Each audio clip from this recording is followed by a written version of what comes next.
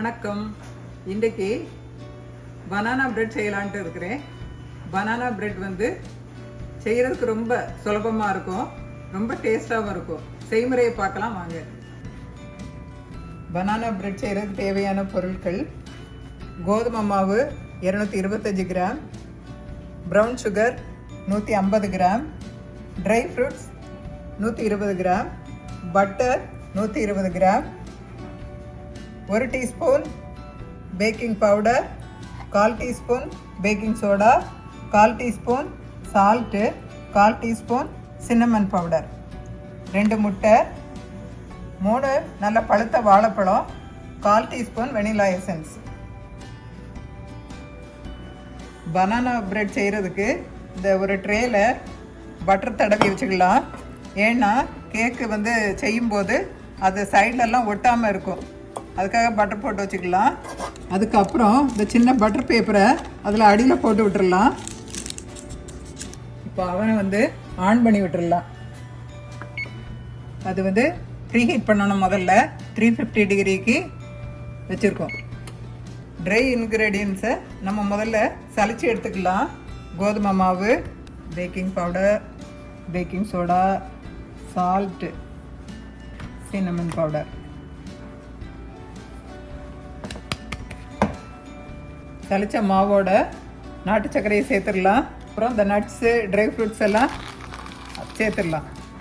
இப்போ அந்த பழத்தை உரித்து அதை நல்லா மசிச்சு வச்சுக்கலாம். ஃபோர்க்கு வச்சு இந்த பழத்தை நல்லா மசிச்சு விட்டுடலாம். ரொம்ப நல்லா மசிக்கணுங்க வேண்டிய அவசியம் இல்லை.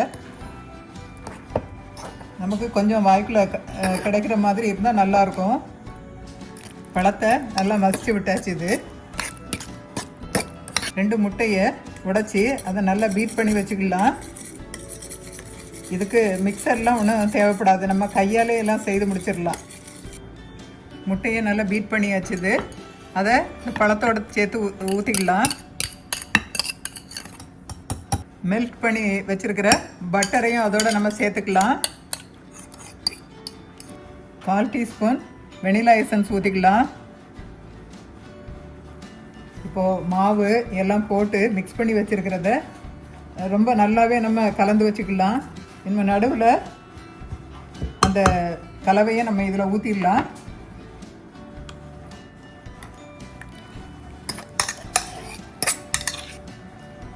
இதையும் நல்லா மிக்ஸ் பண்ணிடலாம்.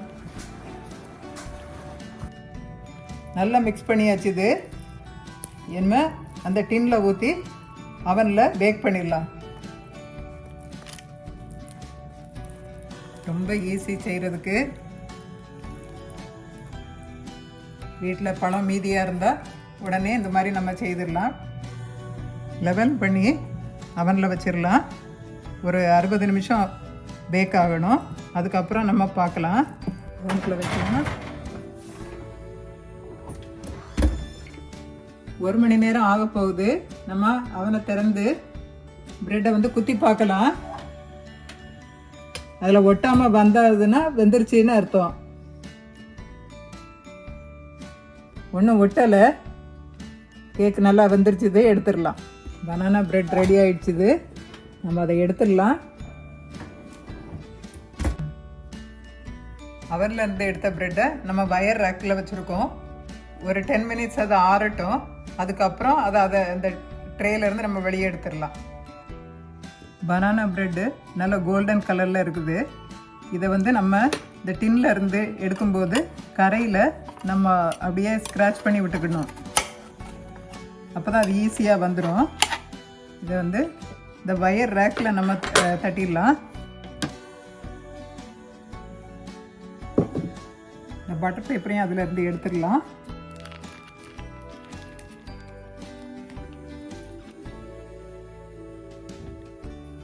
பார்த்தீங்களா? ஒரு 10 மினிட்ஸ் கழித்து நம்ம அதை கட் பண்ணுவோம்.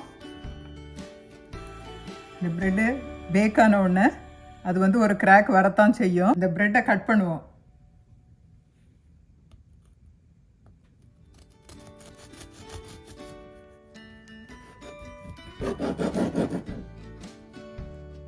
நல்லா சாஃப்டாக இருக்குது, வெளியே நல்லா கிறிஸ்பாக இருக்குது. இது இப்படி தான் இருக்கும். நீங்களும் இந்த மாதிரி ட்ரை பண்ணி பாருங்கள்.